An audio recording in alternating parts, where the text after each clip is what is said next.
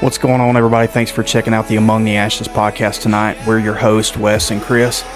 Well, here we are, the Season 2 premiere. It's going to be a banger, but before we get into that, we just want to take a minute and thank each and every one of you guys that have gone and listened to the show so far. Those of you guys that have subscribed and followed along, whether it be on YouTube or Spotify or Apple Podcast, Amazon, iHeartRadio, all that good stuff, wherever you're listening, we just want you guys to know that we really, really appreciate that. It helps us, but not only that, it brings hope to us that we're helping somebody else through what we're doing. And that is our ultimate goal here, is to try to help somebody else along their journey in life by sharing your stories. So with that being said, let's get into Season 2 tonight. The first episode with Steven Seagull. It's on celestial mechanics. You may be asking, what is celestial mechanics? I can't tell you, but he does a great job of explaining it. And he also throws in some other Bigfoot sightings and cryptid sightings that he's seen in his, I don't know, 50 plus years on the earth. Go grab you a drink, grab you a snack, and let's get into tonight's episode with Steven Seagull. What's up, everybody? Thanks for checking out the Among the Ashes podcast tonight. We're your hosts, Wes and Krys. Krys, how's it going, man? Doing good. How are you, Wes? Doing good, man. You had a good, busy day today? I did. Yeah. You just going to say, yeah, you did? Yeah. No, we put some asphalt down on our driveway, so it's been much needed. Did it get all straightened out? Yeah, I think it's going to be better. Good deal. Update everybody on the puppies. What's going on with the puppies? So we were actually able to give them all away. Found homes for all 8 of them. So that's pretty exciting. I can't believe you took that dog's babies and got rid of them. Yeah, I know she was real mad today. Like, she was looking at us just like really angry. I bet she was. I bet she was all upset. Yeah, she was real whiny. You know, we had a boxer one time that went through what was called false pregnancy. Mm-hmm. I'd never heard of it before, but she would go from our bedroom to the living room, and she would take stuffed animals with her, and or house shoes or whatever. She would arrange them around her like they were feeding. Yeah. And was just mopey and all kind of. Well, I was kind of hoping Dolly was going to be false pregnant for like the first month and a half, and then I realized when she had the babies, like, hey, this may be real. It was terrible. I got you. Well, man, tonight we got a pretty interesting episode. We got Steven Seagull coming on. He's going to discuss celestial mechanics, possibly some Bigfoot, Dogman, orbs, and a black-eyed person. You ever heard of black-eyed kids? I've seen a black-eyed person before, but I don't think it's the same thing. Yeah, well, if somebody rings your doorbell and they've got black eyes, you don't open it. Gotcha. Yeah, so we'll leave that up to him to see if he wants to discuss that, but I know the main thing he wants to discuss is celestial mechanics and how it affects us, what it is. New topic to me. I'm very interested, so let's get into it. Steven, you there, man? Yes, sir. How you doing, brother? Doing pretty good. It's raining out here. Raining. So are you willing to say what state you're in? Oh yeah, I'm up in the northern part of Wisconsin. Wisconsin. Okay. All right. So we're way down here in the south. It is not raining here. It is hot and dry. Yeah. I guess it's humid, so it feels wet. Yeah, it feels wet outside. All my grass is brown. I made the mistake of cutting it last week and probably shouldn't have. So well, man, tell us a little bit about yourself. You say you're from Wisconsin. Just dive in, man. Who is Steven? Well, Steven isn't my real name for obvious reasons, and I've had a pretty interesting life most of my life with unusual or supernatural events that take place, and I'm sure a lot of people out there have as well. I was born and raised in Chicago, and now I eventually had moved up here into northern Wisconsin, where I started getting into some cryptid encounters with Bigfoot and Dogman. And I don't know, there's lots of things going on today in this time that we're living in. And I'm just kind of witnessing a lot of things going along. And there's some important information I feel that the mass majority of people should know about, because the world we live in really isn't what we think it is. There's a lot more to it than what we can understand. So let me ask you this. So how far back does these encounters or experiences go for you? Well, I know a lot of people who are into that big time had been doing it for 40 years. And I started getting my encounters since 2018. And when I moved up here in 2019, it's been really steady till about 2023 when I kind of closed the door on that subject matter. And so I have a lot of information and unique evidence on that subject matter as well. So what happened? What made you decide to close the door on it? I will not talk about it directly. But what I will say is, um, dealing with cryptids, they're definitely not natural to us, not part of our everyday life. There's supernatural qualities with them. I also believe they have a high spirituality involvement as well. So when you're putting a lot of your focus and attention on that, because you know where your attention goes, your energy flows, you can be holding open a spiritual door. And sure, you're getting into, let's say, Sasquatch and all that. The more you get into it, the more you're focused about it, the more you think about it, the more it's in your life, the more you're going to end up having encounters because you're attracting that to you. This is how a lot of things work. And along with that, when you're holding open that spiritual door, other things can come through, things you would never wish to come through, and they will affect or become a part of your life. Yeah, So I had I to deal agree with with that. that. Yeah. Yeah, so I'm Yeah. 100% on board with that. So somewhere, I mean, I've had some weird experiences in my life and experienced some weird things, but um, somewhere probably about 2018, 19, for some reason, this whole topic kind of grabbed me. I noticed, me personally, noticed the more I dove into this and researched and watched videos and things like that, I noticed things in my own personal life Yeah. kind of going downhill, if that makes sense. So, just so you know, kind of where I stand, I don't know where Krys stands on it, but as far as Sasquatch or Bigfoot goes, I am I am not of the mind to think that they are 100% natural creatures. I would lean more towards Bigfoot possibly being, a true cryptid, as in, we had a guest on a few weeks back, Ryan Tremblay. Um, Mountain gorillas were cryptids up until, I don't know, what was it, the 60s or 70s. You know what I mean? So I could get on board with possibly Sasquatch being something that was in America or in the Americas, and possibly went, maybe not completely extinct, but went to the point that they're not seen readily. You know what I'm saying? Like there's so few of them that they're not seen every day, like normal animals would be. But I lean more to them being more spiritual, I guess, than physical. Um, as far as Dogman and all these other creatures that people are seeing, part of me wants to say it's hype, it's jump on the bandwagon, it's get me some attention, whatever. I don't know. But I'm also of the mind that, and I said this with Ryan, if there's 100,000 sightings this year of, let's just say, Dogman, in my personal opinion, would say 50,000 of those, half of them are people hoaxing. They just bandwagon. You know what I mean? They're just trying to get some sort of attention, some sort of something drawn to them. They like the topic. They like horror. They like werewolves, whatever. Then you take 50,000 of that, divide that in half, and you've got 25,000 that have misidentified something, a large wolf or a moose or something to that effect. Then you've got 25,000 people or so, and this is just hypothetical numbers, but just breaking it down, that have actually seen something legit. You know what I'm saying? Like something that they really cannot explain. They know what they saw. And those people are the ones who aren't so readily willing to talk about it. They're the ones that are not so ready, willing to go out and research and find, but they do find themselves engulfed in the topic. So, that's why I say I lean to them being more spiritual than physical. When you start talking about Bigfoot and cloaking and, like the Predator movies and things like that, it's like, okay, guys, look, you're going to have to get on one side or the other. Is it a physical creature or is it a spiritual creature? And if these things are real and these things are happening, I believe personally, number one, being that I'm a Christian, I believe the veil is thinning and we're getting closer to the return of Christ.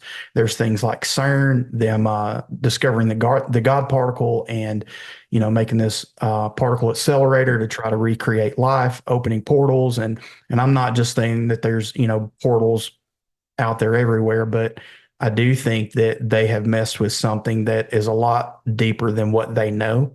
And therefore, it has allowed these creatures to cross over into our dimension versus staying in their own. I do believe that we are we are natural creatures living in a supernatural world, more so than what we think we're living in a natural world. But I do think with the return of Christ and Satan's just last push, I guess I would say, at trying to take over and keep his world, that may be why we're seeing what we're seeing. Well, I mean, that's like when you read Revelations. I mean, most of the things in Revelation is supernatural at that point. I mean, like the locust and everything. So, I mean, I definitely agree with that. Sure. So what's your take? I mean, like, how do you feel with that, Stephen? I mean, you more along those lines, or do you think that Sasquatch itself is something that is that is a natural being? Well, I think you're hitting it really close. I like to stand on both sides of the fence and say that it's a supernatural being that can manifest in the physical flesh, just like an angel could. And that's what I think. I think in order to stay in this realm, they've got to be in a flesh and blood body. And the reason I say that, just like us, because we're spiritual. Right. And we wonder why people get possessed or the whole possession thing of human beings. Why do demons possess human beings? My personal opinion is because they want what we have. They want to be able to eat again. They want to be able to taste again. They want to be able to smell again. They want to be able to feel again and do everything that we can do naturally. And the only way they can do that is by inhabiting our bodies. And I'm along the lines, and I had a vision, or I say a vision a couple of years ago, back when the dreaded virus came out, and I saw a war. And I shared this with Ryan, but I saw a war, and there's angels fighting against all these different cryptid beings, and I feel like the Lord spoke to me and was saying that these beings will be, and this is just my opinion, and I sound like a kook and a nut whenever I say this, but my opinion is these will be used by the Antichrist, in my opinion, to either beat us into submission and control us, or used by him to say, I'll protect you from them. Take the mark. If you have the mark, I'll protect you from these creatures, so to speak. That's just kind of my take on it, and kind of where I go with it. Not saying it's right, but that's kind of where I go with it. That's true. It's important to know too. Everybody does have a valid point in subject matters, but at the same time, we're just mankind. As far as what we know, we barely understand certain things. So, but it's a good assumption, Yeah. So Bigfoot and Dogman encounters, whatever, you've been seeing that since, for the last 4 or 5 years, and it calmed down with you just kind of backing away from the subject. You feel like that is the solution? Well, the solution is always with Christ, Sure. Anything that you have, if you have any issues or problems, you could just be authentic yourself and pray to him and ask him for the answers of how to fix the situations, And a lot of times you just have to endure everything you endure. Like, I believe God is everywhere at the same time, all the time, past, present, and future. So he already knows stuff, everything. And he purposes every single, I don't believe in anything being coincidental. I believe it's purposed. And, if you're doing certain things and whatever, and now you're going through some tribulation and hard times, a lot of people, get upset over it or whatever, but that's the time period where he's trying to show you something, So I don't think accidents occur. I don't believe in coincidences or anything like that.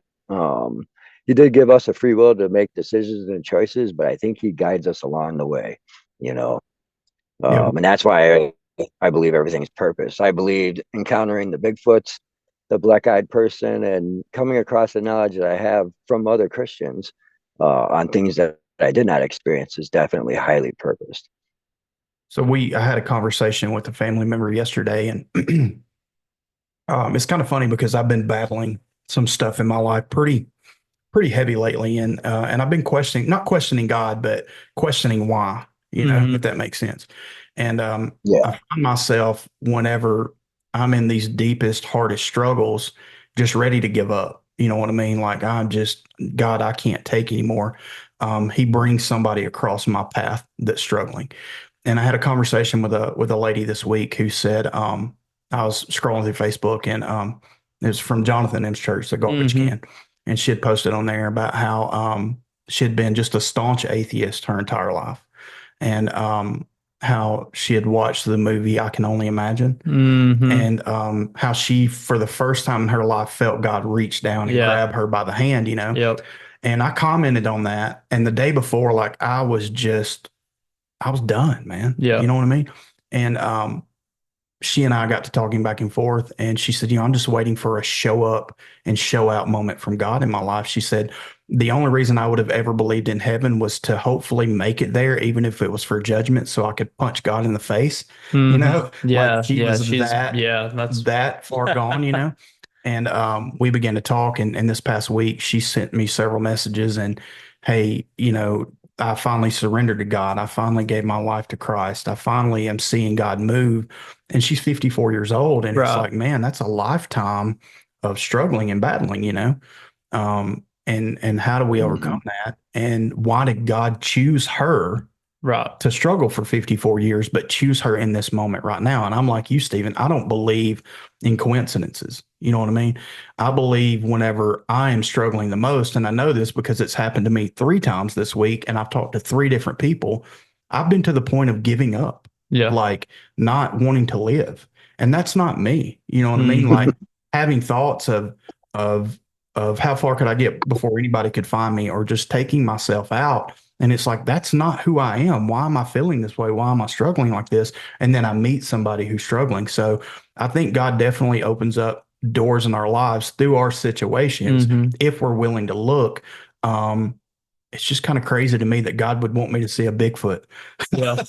Well, I mean, like to your point, I mean, maybe God's got you working out, so to speak. I mean, you're getting stronger every time you go through this. No, that's right. And I mean, so maybe that's got something to do with it too. That's right. And I will tell you this, I Can Only Imagine is like, I can't watch it, but like once every 3 years. Yeah. Like I can't, like I can't, because my mom died from cancer. Yeah. And so that movie just, it'll wreck you, man. For sure. It's crazy. So Stephen, with the onset of seeing Bigfoot and Dogman and the black-eyed children, you think God had a purpose and a plan for you experiencing that? Yeah, all these things that occur to us is for our developments to be delivered, and we're used to the worldly world, the carnal world that we live in through the flesh.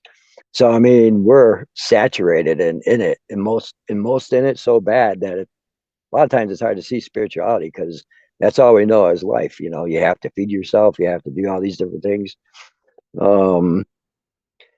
Like I had a pretty rough childhood. I would say other people had worse, but mine was pretty bad. And I resented a lot of things. And I went through a period of black hate for like decades, disowned family and everything. And it just got to a point where I just was sick of being like that. And that's when, the ultimate question came up, why am I here?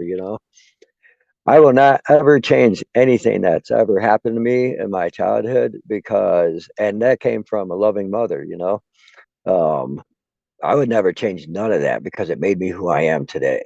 And the good Lord bless, myself with having to go through all those troubles. There's people who today, living right now that dodged a lot of those things, and you can dodge them. But there's a time coming where everyone's going to have to go through those things, and they're going to take took me, I'm 58 years old. It took me this long to get where I'm at. These people are going to have to experience lifetimes of stuff in possibly like an hour's time when everything comes unhinged. So I really feel for those kind of people who haven't went through things. And another big misconception too is people think like if they believe in religion and spirituality, they believe Satan is running around unchecked and is destroying people's lives, and you have to fight him and this and that. I'll tell you right now, the good Lord runs everything that he creates. There's nothing that happens without his consent. So if Satan's a part of your life, he put that into your life. The good Lord did to show you something. And he also knows. You mentioned a lot about that yourself and that lady. You just feel like giving up, and a lot of people had these thoughts of suicide and this and that. The situation is that God will never put onto you more than you can handle. And we think we can handle so much, and it goes to show how much we know, because he knows how much we can handle. And it makes us feel like we just got to give up. We can't do it anymore. But you just got to have that faith that he knows what he's doing. That's exactly right, and that's part of the conversation I had with a family member yesterday. He said somebody had presented, well, he had had an opportunity to witness to a guy that actually had a tattoo of Baphomet on his arm. Yeah, and a female, I said was probably maybe Lilith, and then some other things at a doctor's office. The guy was a doctor of all people, and opened up a door for him to be able to share about it. And he said, he said, it's not the doctor said, it's not that I don't believe there is a God. He said, I just don't understand why, and this is the same question that was posed to me by this lady. If God loves us, why does he allow bad things to happen? And he said, take the little girl in Florida who lost her arm and her leg. And he said, I do understand there was a doctor on scene that saved her life and all that, but why didn't God prevent that shark from biting her? And I said, well, you got to look at it this way. In my opinion, number one, that shark, it's not its fault. It's doing what it does. It lives in the ocean. It's cruising the ocean. It's looking for food. I would dare say if you met that little girl or talked to that little girl, she would say somewhere in that day, something checked her and said, I probably don't need to go in the water today. But she did anyway. Mm-hmm. And God, knowing her decision, had the foresight to have a doctor there that saved her life.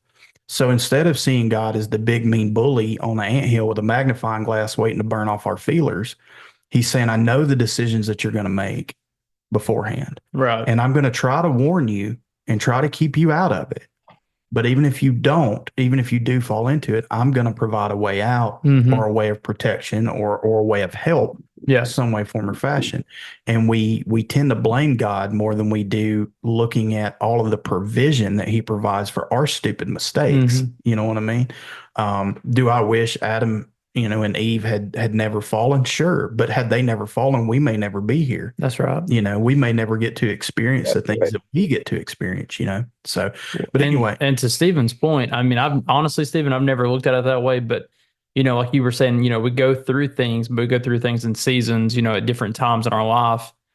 And you're right. I mean, if somebody had never went through anything and then all of a sudden everything just hit them at one time, I don't even know. Like, absolutely, I don't know how they would handle that. And maybe that's what happens to some people. You have to have but I've just never really thought of it like that. So that was a good point.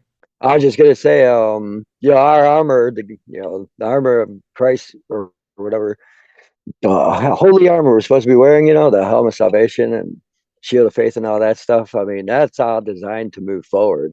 There's no butt plate armor or anything from behind. We're supposed to move forward. Yeah. And through all our tribulations and things that we learn, if we have that surrender, then we can understand things better, just like death.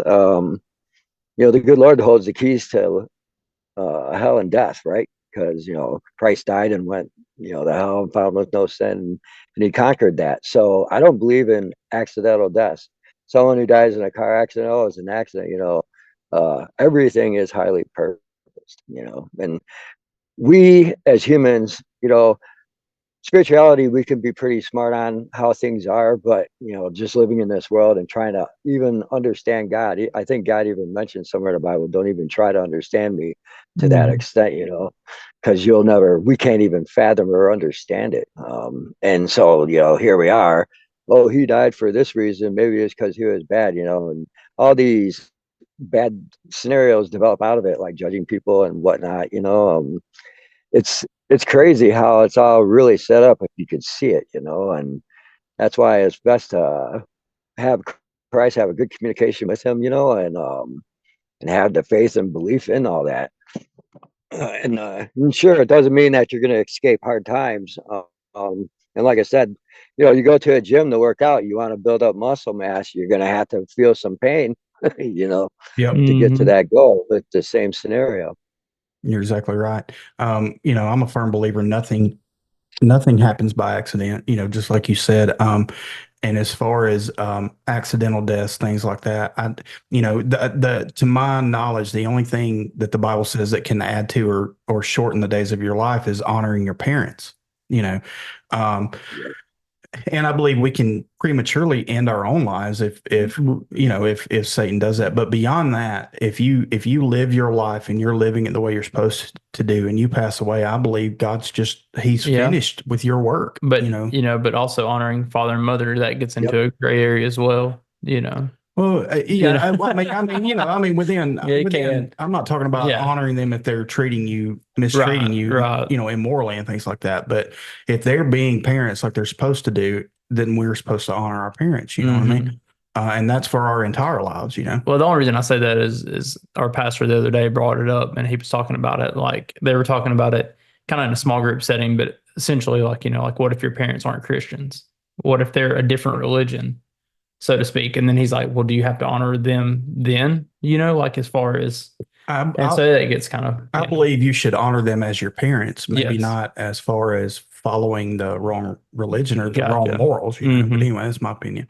So anyway, we can keep chasing that rabbit. That's not what you're here for, Steven. So before we move on, do you want are you willing or would you like to share any of your sightings as far as the Bigfoot, the Dogman, or the black-eyed person goes? I would really like to hear the black-eyed person personally, but if you're not willing to share that, you feel like it's going to open up a door to you, to us, or to anybody listening, then absolutely not. Well, we can talk about those things. I'm going to approach it in a spiritual manner because then this is not what I used to do. It's more of a learning or teaching other people about certain aspects of that. So I think we could do that by changing the foundation of the subject matter. Sure. So which one do you want to hear? I can give you one of my best encounters, I guess, with Sure, yeah. it involves one Sasquatch that was with 3 dogmen. So up here, obviously, there's a lot of hunters, and I like hunting, deer, venison for food. And this was in the spring of 2020. And to give you an idea, where I live is in the national forest, so I have woods that back up all the way around the house 360. I could drive 30 minutes to my job and still never leave the forest. Behind the house, about 10-minute walk, is a river that I go to, and they have a small area they logged out, real small in the forest, where I can go and see better on the ground because there's pine needles and all kind of debris, and tracks out in the open where things were disturbed were easier to see. So this was in the springtime. So black bears are pretty populated with their cubs, and that's one thing I don't want to get in between is a mama bear and a cub. So I would walk for a while and I would stop and scan the area. And I was doing this through the woods up until I got near the river where this clearing where the forest was. And it's a small clearing. But as soon as I approached the wood line going towards the clearing, and I'm looking for game trail tracks and stuff like that, I don't have nothing in my mind about cryptids or anything like that. So I get to this opening and I'm looking around, and all of a sudden, something supernaturally extraordinary happens to me. And I would want to say that I felt it was the Holy Spirit. But in this cryptid subject matter, there's a lot of people who encountered these cryptids and they talk about having mind speak, like Sasquatch would mind speak to that person and telepathy. But it was hard at first for me to determine, but after I analyzed everything, the experience in my mind, I really do feel it was the Holy Spirit because of how everything took place afterwards. So I got up to this clearing and I'm looking around, and all of a sudden it felt like something swooshed over my head, like faintly. I can't even tell you what that was, but there is an awareness of like this over my head. And it wasn't a voice, but it was like a knowing that it didn't say anything. It was just a knowing that something is over here to my left. And in the middle of thinking about deer and stuff, that happened. And I was thinking, what? Why did I think of that? And then in the middle of saying really in my head before I got to the end of really, all of a sudden that happened again, and it happened really strong. Something is right over there to your left. So this is taking on something unusual. So I became really aware and super focused on what was going on. And I looked over towards my left. And in the tree line, I seen something dark kind of crouched down, and I couldn't make out what it was.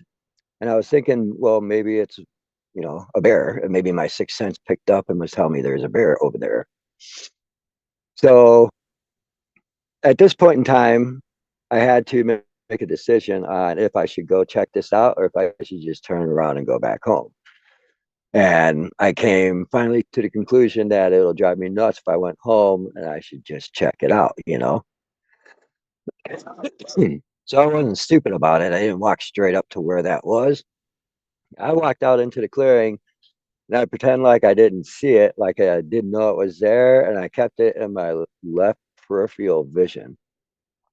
And what I was doing was meandering around. I would stop, pick stuff up off the ground, being nonchalant, and I would work my way closer to that area. And the whole time I keep things in my peripheral off to my left.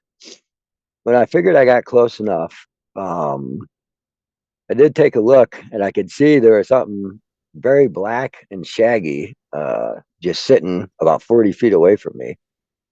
And there's some things that you have to know when dealing with things that are not normal or supernatural or cryptid wise, I would say, is you could look at something, let's say a dogman, and you could think in your head, you could look straight at a dogman, a real live one, and your brain will process that's a bear, because your brain can't handle or conceive something like that. I've seen how that happens several times. But in this case, I was already a little bit experienced in that. And so I just stayed safe. I know one thing you cannot do, I've heard because I did a lot of Bigfoot and Dogman research prior to all these experiences, is you don't hold a camera up to your face to take a picture of stuff, right? Because it looks like you're doing one of these with a rifle, and they know what that is. So under this situation, I have to say, I don't even understand how I was smart enough to figure this out, but I decided to walk and find, because we're in the woods, I'm trying to find a landmark where I know exactly where this took place, but I wanted a really precise landmark.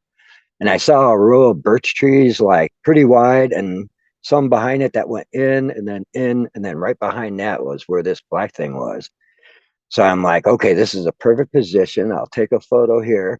I pulled my camera out and I ran it up the side of my body. So it was against my body. So it didn't look like I was taking a picture. And I snapped one off. I didn't even know if it would be square or level or anything. It was just in the moment out in the woods. Later on, when I went back, I viewed the picture.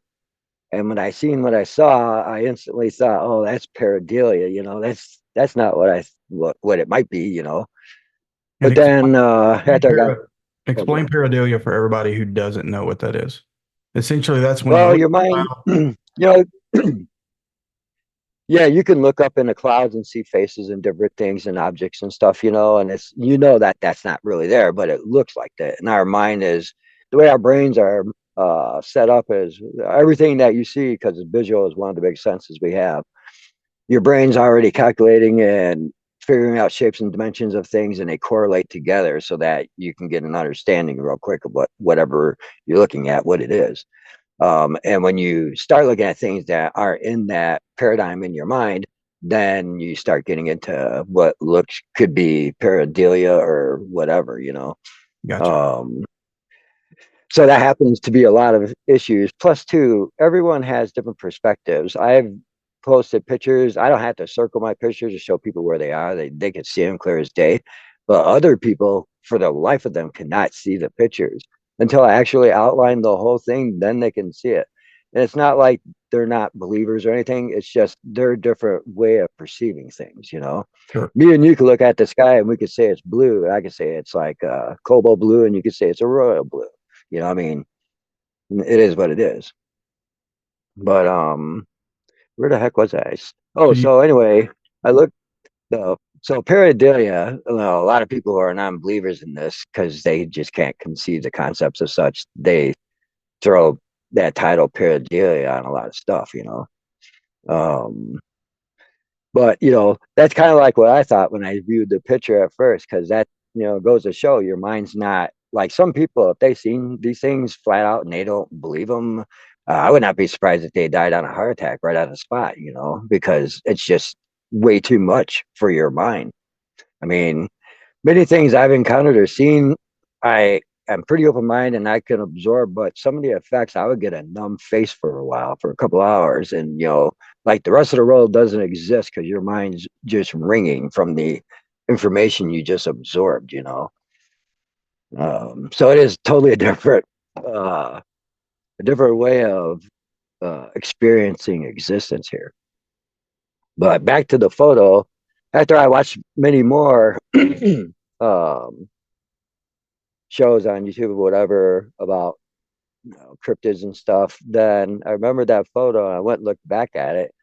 And instead of seeing pareidolia and thinking it was a bear, when I looked at it, I'm like, oh my God, that's not a bear, because I could see the two top pointy ears of a dog man that was crouching down.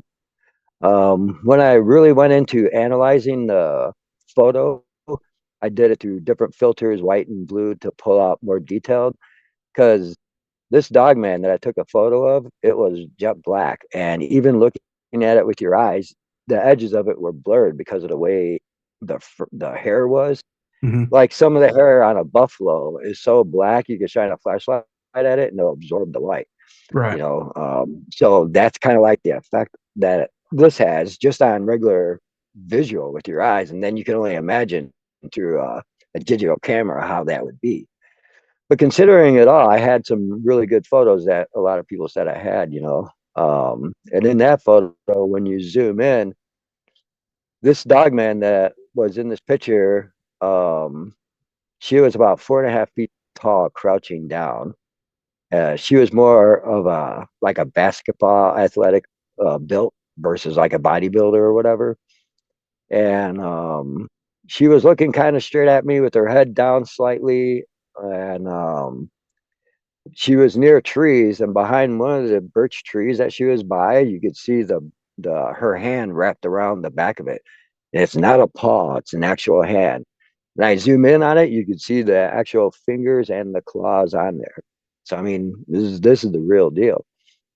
Then when I posted that picture up on the internet, there was some lady, I could use her name because she mentioned that I could. Her name was Robin McCrae, and she's a phenomenal energy reader person. You know, she has some kind of special gift or skill. But she pointed out to me that near the dog man was a baby dog man, where you could see it 4.5 feet up a tree, and you could see its head peeking around. You could see the eyeballs and the nose and everything. That was jet black. And I'm like, oh my gosh, you know. And then that's when she told me that's probably a female dog man that you took a photo of, you know. So then after that, I went looking through the photo everywhere in that picture. And right behind the baby dog man was a male dog man that was built kind of like a Schwarzenegger, you know, figure. His face, though, this is kind of strange. The baby dog man's face is the only one that you could see outright in the photo. The female dog man, coincidentally, which I don't believe, has a birch tree branch real thinny that covers both of her eyes. Then the male dog man is behind a tree and his face is covered, but you can see his big chest and shoulders, and you can see the arms coming down and a hand on one of them. Then behind that dog man was the Sasquatch that was with that group. And it was a conical head type Sasquatch. You could see the wrinkles in its forehead. It didn't look kind of happy. It seemed like it was ducking its head away down like this, and its arm is up on a branch. But they're all together in this group that I had this encounter with that weird supernatural I believe the Holy Spirit was telling me something was over there. The strangest thing, the whole time I was there, none of these things moved. They were like statues. This is another reason why I believe this was a spiritual thing that occurred to me because of that. What I believe was the Holy Spirit talking to me. I think something was being shown to me during this period of time. And I didn't stop investigating the photo with just four cryptids that were in there. As I kept looking around, I've noticed strange faces and weird things in the photo that were not normal in the woods, in our reality. So do you think And that you could possibly have taken a photo into another realm? you just nailed it, because one of the biggest things that I couldn't understand, I know that place because I've been back there thousands of times. I go back there so many times to track and just to hang out and do whatever, or on my way to the river. So I know the exact spot where I took the photo. And I find it funny that I made a land reference with woods in there to precisely be exactly where I would be. I went to that same place the next day because I figured I'm going to see tracks and all that. I have my phone out. I'm looking at the woods that were there where I had the encounter, and those woods don't even exist there. There's a whole different set of woods there, the normal woods that I'm used to. The woods Wow. that are in my photo do not match nothing in that area.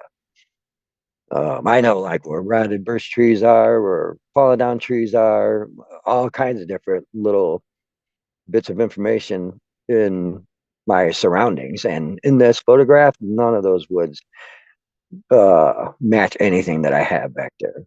And I've Wow. went into a lot of exploration on that and on portals and whatnot. And there's a lot of information that states that an adjacent realm to ours within our dimension, I guess, has a lot of similarities. There's actually a YouTube video of a lady who got lost. She was with friends. There's three friends. She had three friends and herself, and they were all walking down a trail, and all of a sudden her friends in front of her disappeared. And she kept walking, and she was like, where'd they go? And she could see where their footprints stopped, but hers continued. And then she was in the same area where she was, but the path, she knew the path all the way down the walking trail where lakes and things were, and the trail was slightly different. Lakes were at places where they shouldn't be. Different things were in the woods that were never there. She even seen some strange orange-faced creature that was following her in the woods, and she had a 357. She shot a few rounds at it, became real hysterical. She had a dog with her. She ended up passing out in some area and waking up later on, still in that weird area. But eventually she found some road and everything started looking back to normal. And then she went to the nearest house and got help. And when they finally found her, the police were looking for her and stuff. And her friends, all of a sudden she was gone and they didn't know what was going on. But eventually she got out of whatever she went into, and they all correlated with the same information about how they lost each other. That's So, interesting. That to me lines up. I don't know, Chris, if you're familiar with David Paulides, Missing 411. oh yeah, Basically, people go into these forested areas, Appalachian Mountains or national forest areas. They're hiking, whatever. The Appalachian Trail is a really big hot spot, and people will go missing, and they'll be missing for 4 or 5 days. Yeah. And then they turn up, and they don't realize they've been gone that long. But there's a full-on manhunt. Is that kind of like Bermuda Triangle? Yeah, Similar to that yeah. kind of thing. It would kind of be the same thing. And some people they find, some they don't. Or they will find people's clothes folded neatly in an area that is not accessible by anybody. Like even mountain lions and stuff probably couldn't get to where they spot clothes from a helicopter or whatever. I mean, it's just crazy areas. For sure, a human being couldn't get up there without assistance. But yet their clothes are folded neatly, shoes stacked on top of their clothes. I mean, it's interesting. And then they find the people naked. You know what I mean? Or if they find them, it's pretty interesting. But yeah, I mean that all that stuff is kind of kooky and crazy. I mean, it definitely makes you sound like you're a nut job. But if that's happened to you, you know what I mean?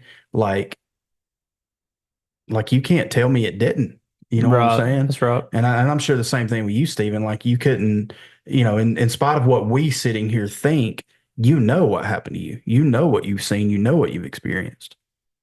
That's true. That's why it can't be shaken. I mean, people can say whatever they want, but I'm not here to prove things to everyone. Anybody that has a listening ear, though, I'd like to give them at least some information, and especially if it's something detrimental that could happen with them. Sure. So Sure. I mean, there's so many things we don't know about this world already, and there's so many things we already can't see. I mean, so for you to tell me, oh, well, I took a photo of a different realm or somebody ended up in a different realm. I mean, who am I to say yes or no? Because mean, we don't know everything. It's easy for us to believe that somebody took a picture of a ghost. Yeah. You know what I mean? Right. But why not something like what Steven's saying here? Which is even crazier to me. It's like you can believe in that, but you can't believe in Christ. You can't believe in God. Yeah. You know what I mean? Yeah. But I can go down that rabbit hole too. But anyway, so celestial mechanics, man. I mean, and unless there's anything else you want to talk about there, if you want to dive into celestial mechanics, man, tell us what that is and how it's affecting us, or how you believe it's affecting us.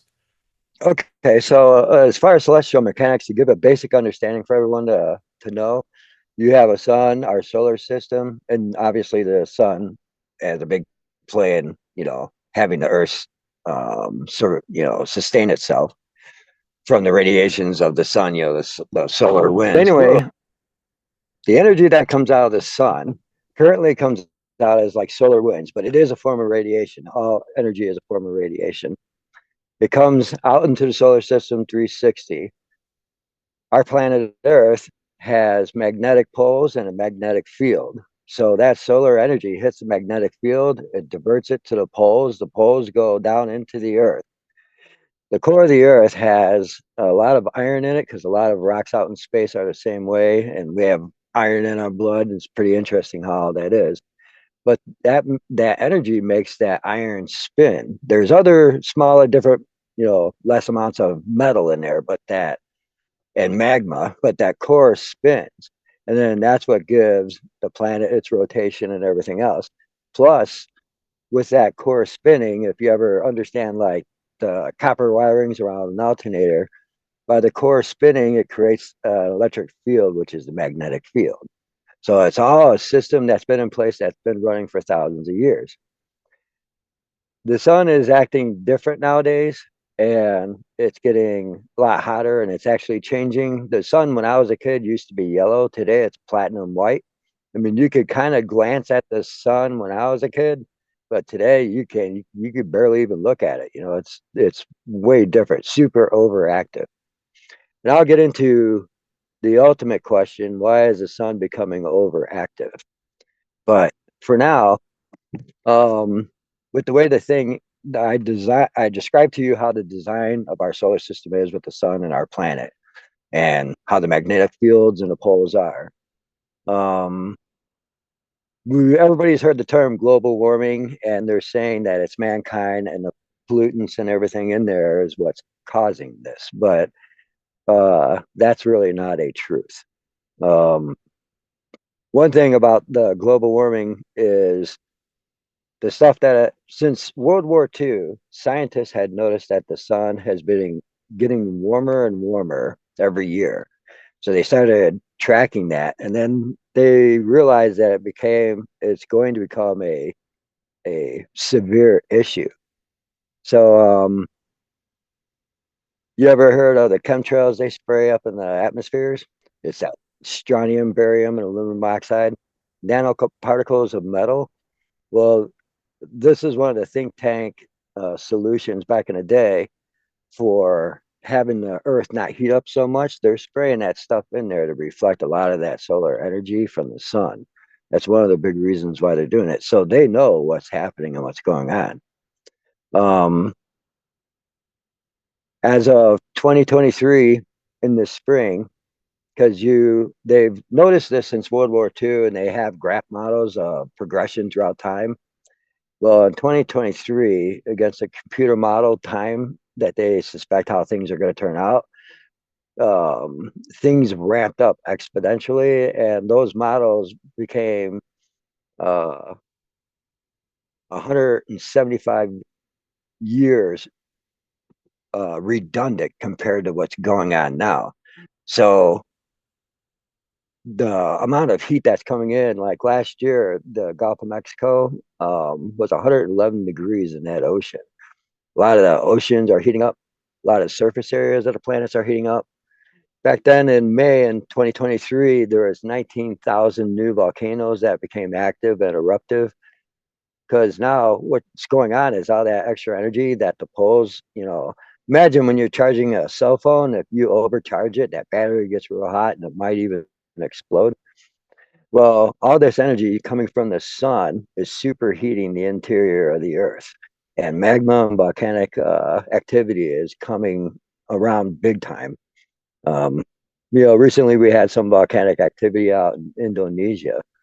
But like I said, 19,000 new volcanoes came alive last year and still growing, is unprecedented.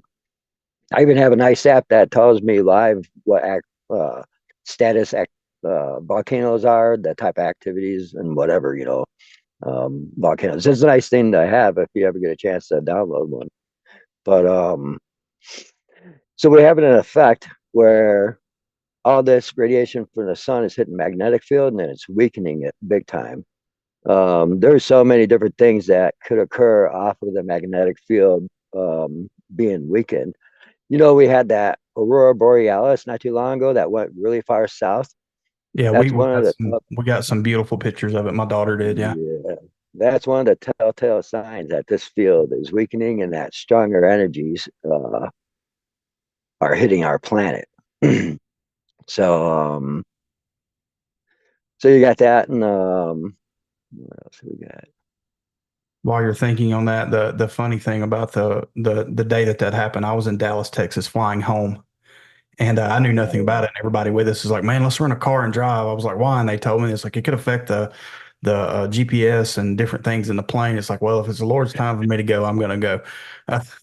We tried to watch it from the plane and we couldn't see it. And as soon as I landed here in Birmingham, my daughter was at Smith Lake and she's sending pictures. And then I got home and I could see in the backyard here, Krys, just a halo of what you would have thought would have been the city of Birmingham lighting up, because you can kind of see the light pollution normally, but it was massive. I got a picture. I'll try to put it in this video. Some of the pictures. Yeah, I was real upset because that's one thing I've always wanted to see, and I didn't even know about it. Yeah, and I went to sleep, and that was it. I'll try to throw some pictures in this video for people to see. But anyway, sorry, Steven, didn't mean to cut you off there. Oh, that's okay. Yeah, it was raining up here when that happened, so we didn't even get to see it as well. But some of the effects that happen from this global warming or for the sun being overactive is we're getting into new terminologies weather-wise. The same time I told you 2023 we had new volcano activity and the sun's heat went 175 years ahead of computer models. The weather started changing, and one of the terms is called atmospheric river condition. I don't know if you guys ever heard of that. Okay, so basically it's like your atmosphere can pour down, whether it's water or snow, like rivers just dumping.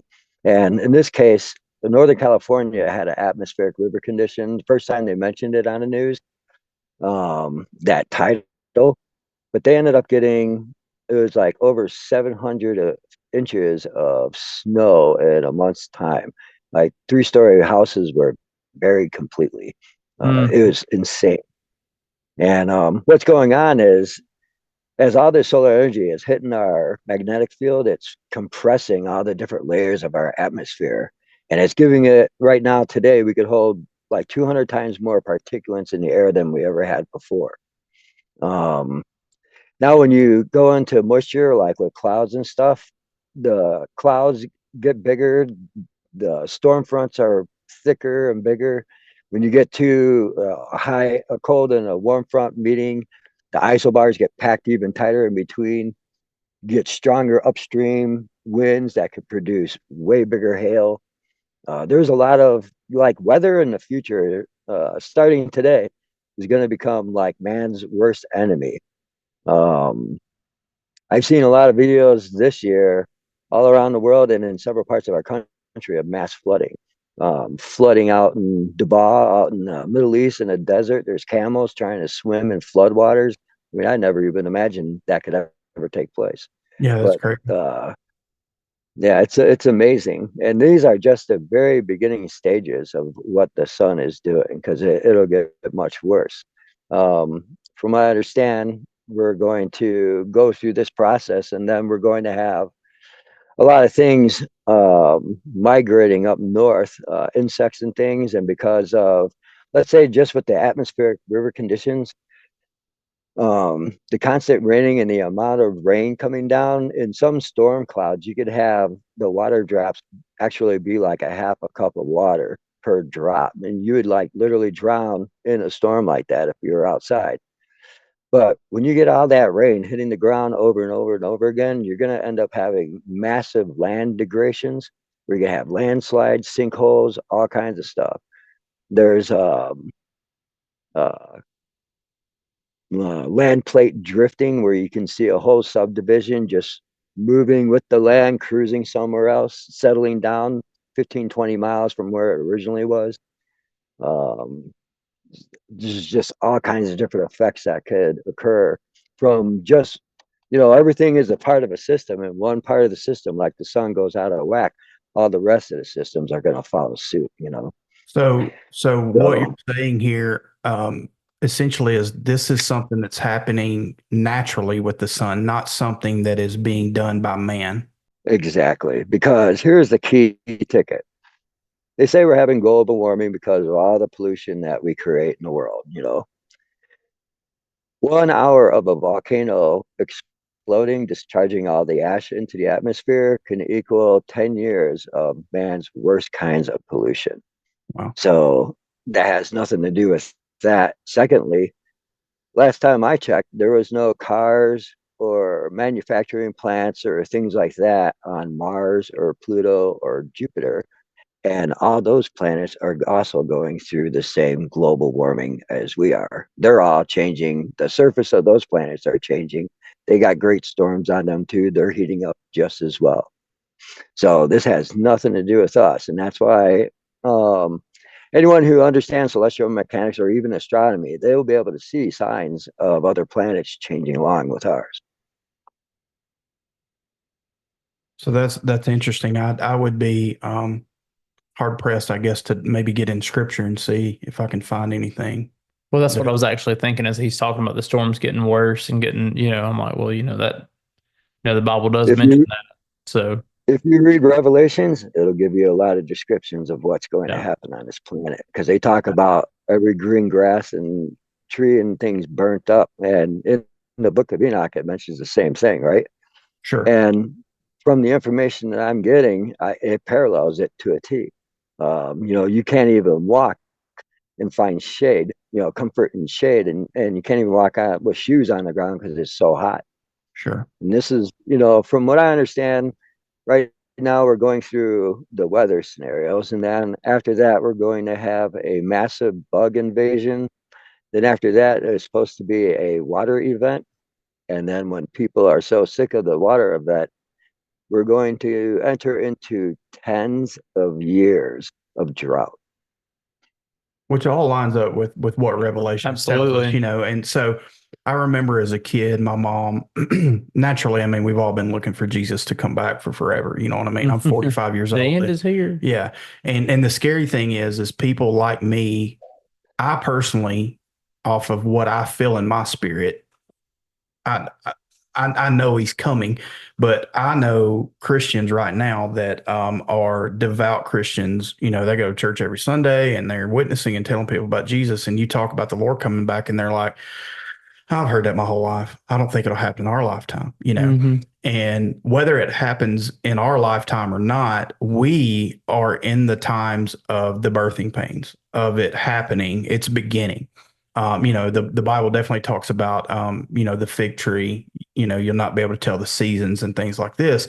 I remember as a kid, we had snow in March and April, and this is in Alabama, not summertime weather in March and April. Mm-hmm. And by Halloween time, it was freaking cold outside, and now at Halloween time, most of the time you might get some rain, but it's not really cold, It doesn't really get cold here in the South anymore until December, January. And really the past 5 years, Christmas morning has been 75, 80 degrees for us, it's which is hit or weird. miss. It is so weird. And I do get that, seasons change and they can blame it on global warming all they want to. But I think when you begin to dive into the scripture and you begin to look at the map that God gave us, and I do understand that the King James Bible is fallible. It was written by a man. If I was the king, I would have written it the way that nothing in that scripture would have made me look bad personally. But that is what we have to go by if we're not willing to dig into the Greek and the Hebrew and the Aramaic. And the things that I have studied in that tend to line up, especially when you get into Revelation, you get into Daniel, you get into Joel, all these different Jude, all these different places that reference the end times. And I think we're living in this, and I do know that I've heard some things on, in the 40s there was a treaty signed that you can't use a weapon of weather as war.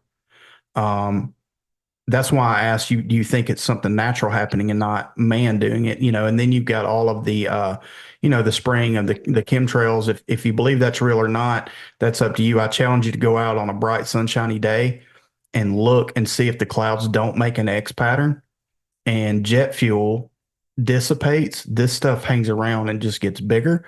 And I do believe that I've seen some evidence of the government coming out saying that they are actually spraying the atmosphere at times for different things.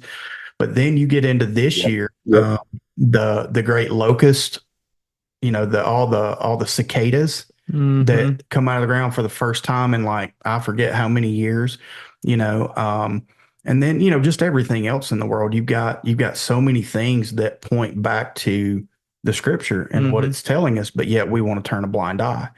And I know when I spoke earlier about having that vision, what I call a vision that day, I left work and I showed up at home and I remember nothing but what God showed me in between. And the Lord checked my spirit and said, this is the only beginning. And it was right at the beginning of the great pandemic. And him checking my spirit and saying, this is only a taste of what's to come. And dropped in my spirit that it would rear up again beginning of 23, and then it's going to kind of disappear. And there'll be something come along, but put emphasis in my spirit for 2027 to 2030. And I don't know what that means. I'm not saying that God told me he's coming back during that time or anything like that, but basically be prepared that there are going to be some times of trials and tribulations during this time period. And it all started with 21, and that's just, I don't know, it's kind of crazy, but the Bible specifically tells us that the earth will groan.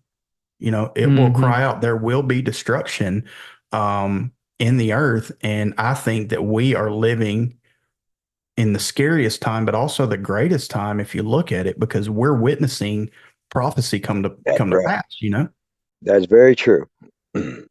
So what else can you tell us on this? Well, as far as the chemtrails, before I moved up here, I was working in northern Illinois, about an hour outside of Chicago. So the O'Hare jetliners fly right over work, And I was outside, and it was a summer day, and it was particularly pretty muggy. You ever see those jetliners? It looks like they're doing 5 miles an hour, super low through the sky. It was doing that right over the building, and I'm looking at it because I can see rivets on the wings. It was pretty cool. And it flew past us. It was still low. And then all of a sudden, I heard this massive, it was a sprayers. I seen sprayers come on underneath the wings and on the back rudder wings. Just come on, shoot out a big volume of white stuff, like it was priming it. And then I seen it shut off. And it wasn't fuel dumping, because you're not going to fuel dump at low altitudes like that, All right. But I seen the nozzles, I seen the spray radiuses, everything. Then after it shut off, it throttled up and took up straight up in the air and then went off, So I think it was priming itself to spray. But what else could that be? I mean, there's nothing else. I seen it with my own eyes, so I know it's for real. If Right. you ever look at the clouds up in a sunny day, they're white or whatever. You put on some good sunglasses, maybe some polarized ones, you'll start seeing on the edges of clouds where the sun's going through, you'll see blue, green, and red. I got pictures of that all over the place, and those are the different colors of those nano metal particles I was telling you about. They spray in the air. So all the clouds are saturated with it. You can't even look at a blue sky and it being blue, it'll be a silver blue. Yeah. And I know they talk about, cloud seeding and things like that, which is scary to think that you can do that and cause rain. You know what I mean? Yeah, I'll tell you what, that's a HARP system. And right now, that's halfway operational because half the time it's broke down than it is more than functioning. They could seed a cloud and they can use that antenna array to superheat the ionosphere to get it to rain.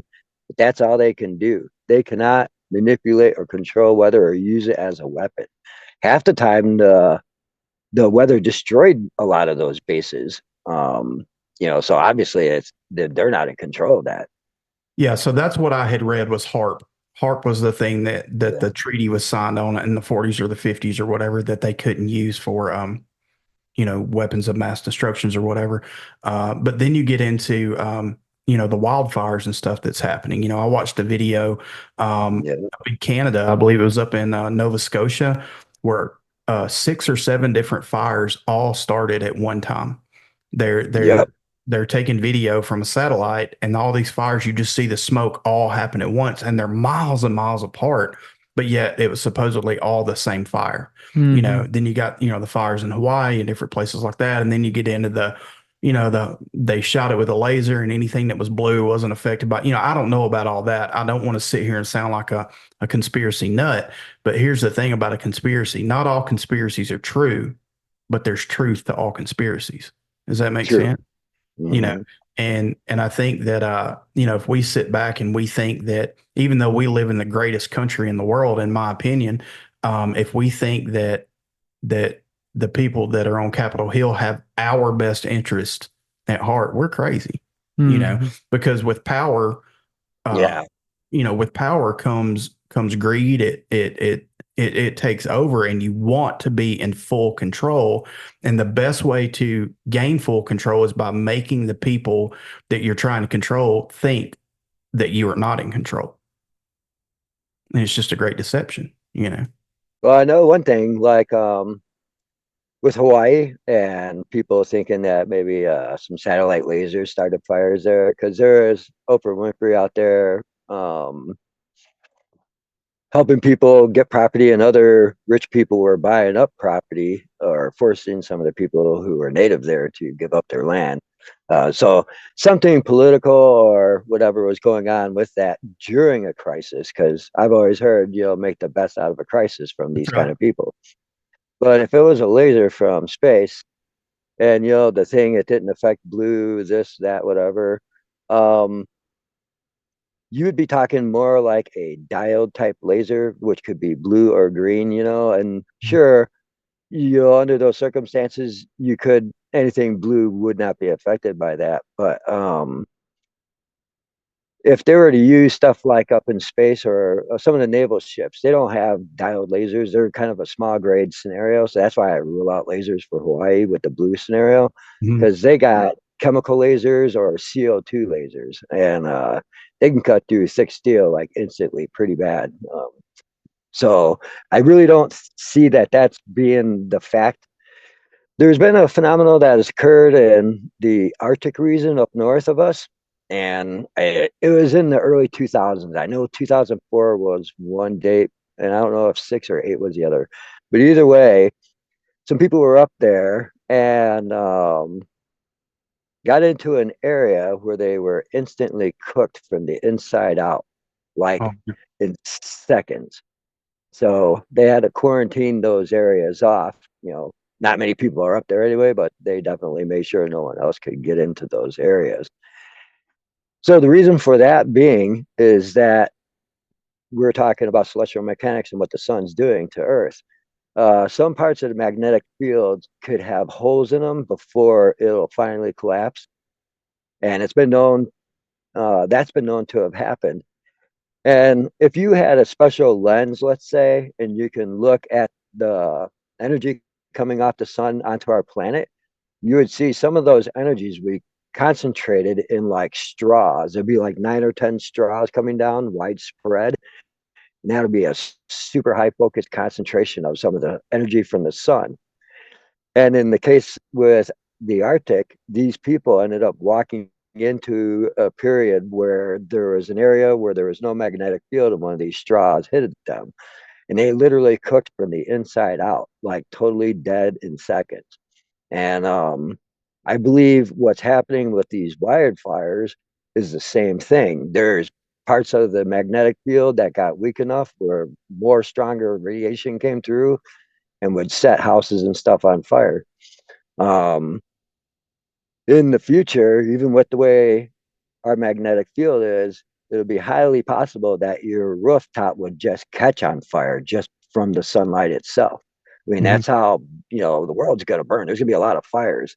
Sure. And I can't emphasize that enough. Like, I live in a place where there's a forest, and one of the biggest issues I've seen, like the wildfires in Hawaii and all that, even the police department or rescue teams, they had booklets on how to help people. Half of them didn't even read it, and they didn't know what to do, and people got stuck in areas and couldn't get out and burned to death.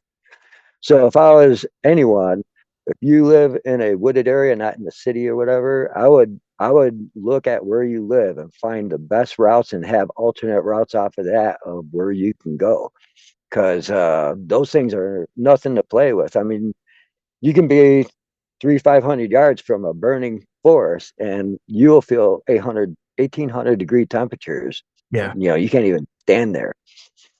So I would strongly suggest anyone who lives in the forest to definitely map out ahead of time locations where you can go to escape forest fires. Well, that's just definitely a good thing to, I guess, to have a plan of escape regardless. You know what I mean? Because anything could happen. Yeah. Fires, or whether it be an attack or whatever, you know what I mean? It's good to know your area and a way to be able to get out safely, get your family out safely, have you some supplies, weapons, whatever you need, But I do know, watching videos of these wildfires and people trying to get out in their cars. I mean, you're not safe in a car. You think you are, but I mean, your tires are going to melt. The car's going to overheat. There's a lot of things. So having an escape route is definitely something that people should look at anyway, regardless of where you live. You know what I mean? Just because you never know what kind of a tornado is a big enough disaster for you to need to have some sort of safety plan, escape plan. So, well, anything else you want to Oh, go yeah. And so getting back into that, you mentioned the word tornado. Now I was talking to you about atmospheric river conditions. with? So the whole weather phenomena is going to be categorized totally different. Like, you have categories for tornadoes and for hurricanes. So now we're going to end up having categories for rainfall, categories for floods, categories for wind speeds, categories for lightning, and categories for hail. All of those things, because everything is going up exponentially, they're all going to have different categories. So that's why I'm saying weather is going to become man's worst enemy in the near future. So is this something that you're just studying and researching on your own, or have you talked to anybody, in the field professionally? Oh no, up here there's not. I don't live in a wide, community type area. It's kind of widespread. Sure. So meeting people is like, it is what it is. But I have a source where I'm not going to identify who or what it is, Sure. but I do have a source that I get information from, and then I also, because I'm aware of the information, I can also research against it through other people who research things. Sure. And in the beginning, there wasn't much, but now today there's a few different podcasters or even in peer reviews at universities. That's where you can get some true information, before it gets, sometimes mainstream will take it and run with it because they have to disclose some things real quick and now it's gone. But yeah, that's where I compare a lot of stuff. And even like from my own personal experience, um, coming like up here in Wisconsin where I live, every year, minimum 3 feet of snow. We have massive tourists that come up here that pay for a lot of the remote because we don't have much manufacturing and stuff. So their economy depends on tourists. So every year it's been that way. Temperatures in the winter during the deep freeze between minus 20 and minus 50 below, that's all normal here. Last year, we might have had the most amount of snowfall was 4 inches. Wow. Most of the time, we didn't have snow cover. The coldest temp was 0. So there's places I know in the world that their climate has never changed. There's places next to it where there's records being set all the time. Hmm. Eventually, this is just starting. Eventually, this will become everywhere. So Become the some norm. people will be like, "Yeah, it's not getting warmer or whatever," But give it time. I guarantee you, everyone's gonna have to deal with this situation. Well, I can definitely, whether I'm a skeptic or not, I can definitely say that there's definitely some truth to this just because of the simple fact of today being late June. Mm-hmm. It's 104 degrees feels like outside in Alabama today, and then last week we had the same record temperatures Right. in June, and I was in Dallas, Texas, end of May, beginning of June, and two hottest days on record in history in Mm-hmm. Dallas, Texas in freaking May and June. And I know that that happens, but it's starting to definitely happen more and more frequently every single year, as we go on. And there's got to be something behind it. I know the Bible says that the Lord, will never destroy the earth with water again, but it also does say that it will end with fire. That's You know, right. he will destroy it with fire. So what you're saying to me makes sense.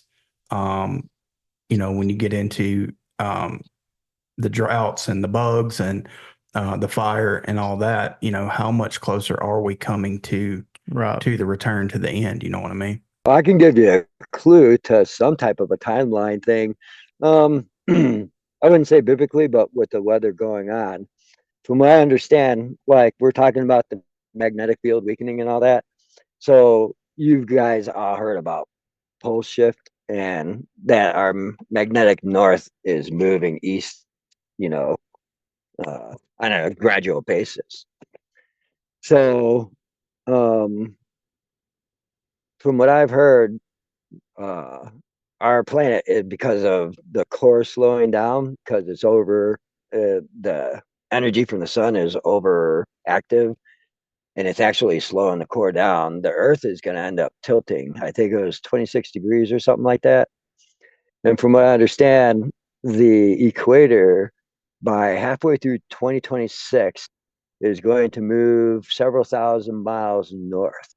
And what that says is that it's going to end up going across our country, in a loop around the planet and other countries where it's never been before. So as far up north into the northern hemisphere the equator is going to go, it'll cover up to where Kentucky is. Imagine the equator to the world is in Kentucky instead of somewhere in South Africa. Yeah. And some of the effects of that too is you got the standard trade winds that come out of the west and they go to the east. When it changes from the east and it goes to the west, then you can say the lower half of the southern states in our country is going to turn into a desert eventually. Like Florida, Georgia, the Carolinas, Louisiana, parts of Texas, will all turn into a desert. And right now, rain is hitting Arizona big time. Arizona is going to change into like a temperate forest. So everything that we know how things are is gonna the surface of the earth is gonna change tremendously just from the weather alone. Not to mention anything from celestial effects. So uh, it's quite an eye opener. Where I'm seeing the processes now, you can just go on YouTube and type in flooding and look all around the world, places you never see floods before, flooding out big time. Um, Well, a lot of I don't doubt what you're saying there. Right. But part of me is like, are we seeing that? And this is me playing devil's advocate. Are we seeing these things just because there is so much out there? Like, has this been going on and we just didn't have the resources as far as video, everybody having a camera to film with? Or is this actually happening? And, in my personal opinion, I think it's actually happening. But I have to ask that question, I'm glad um, you did. are we seeing it just because there's more? It's like yellow car syndrome. You never see a yellow car until you see a yellow car, then they're everywhere. You know what I mean? Mm-hmm. Here's one thing you always see in any videos, pictures, movies, or in a book, whatever your information source is. You always see the Middle East is a desert. They don't get rain. They don't get tornadoes. And now we're seeing flooding there and we're seeing tornadoes. That's one clue. But if you really want to know, this is pretty interesting. Obviously, a lot of agencies that are funded by the government are limited to expressing things they find, especially when it comes to a truth, which would pertain to a past, which they keep hidden. So in archaeology, many, many, many times they've dug down and found the deeper you dig down the earth, the older civilizations you'll find. And most of the times, the only type of what you'll find in those civilizations would be just things made out of stone. And when you analyze that stone, you realize that everything seemed to have been burnt to a crisp.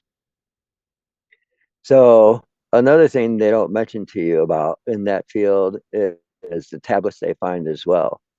And a lot of them state in those burnt up old civilizations to forsake all the worldly goods and false gods and worship the only one true God. A lot of these old temples have animal characters, and that's usually what they use for calendars for specific time dates and stuff. And they went through extraordinary measures to carve out those images on those calendars on stone because they know that will last. Because they went through what we're going through now, and they were trying to warn future generations of this situation. This is a for real deal when you look at all that stuff. The newest stuff they found out in Turkey, that Tebeki, whatever that's called, ancient ruins, and it happened to be buried, and they uncovered it, and they said it looked like they buried it for some reason, and no one can figure that out.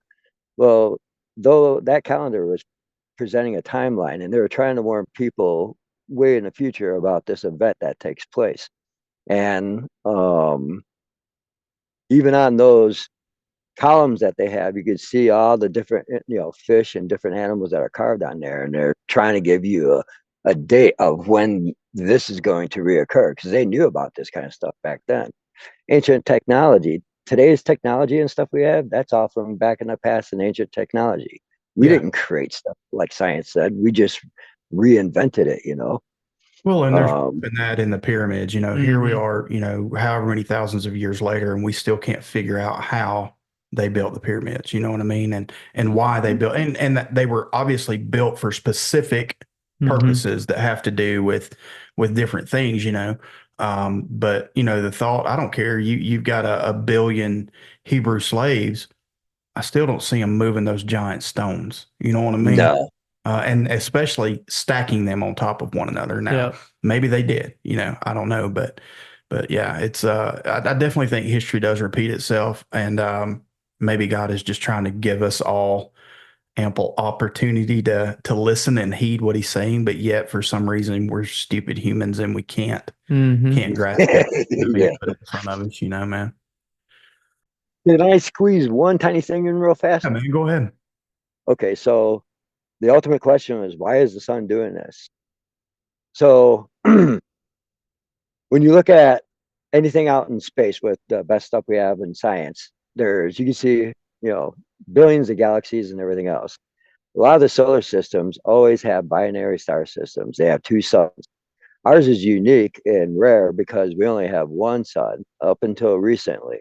They found out that we do have a binary sun, and it's on a is extremely long elliptical orbit. So this is what these ancient civilizations were warning about, this sun coming back around.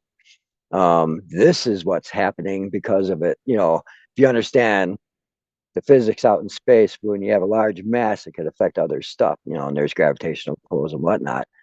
But the reason why the sun is overacting is because there's another sun on its way that's coming here soon. And with that sun is also another solar system with planets, and those planets also have moons. And all that's coming to us.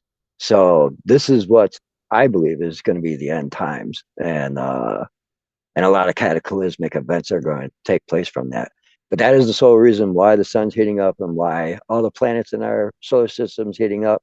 They've even seen our planets being tugged, every one of them, by something outside our solar system.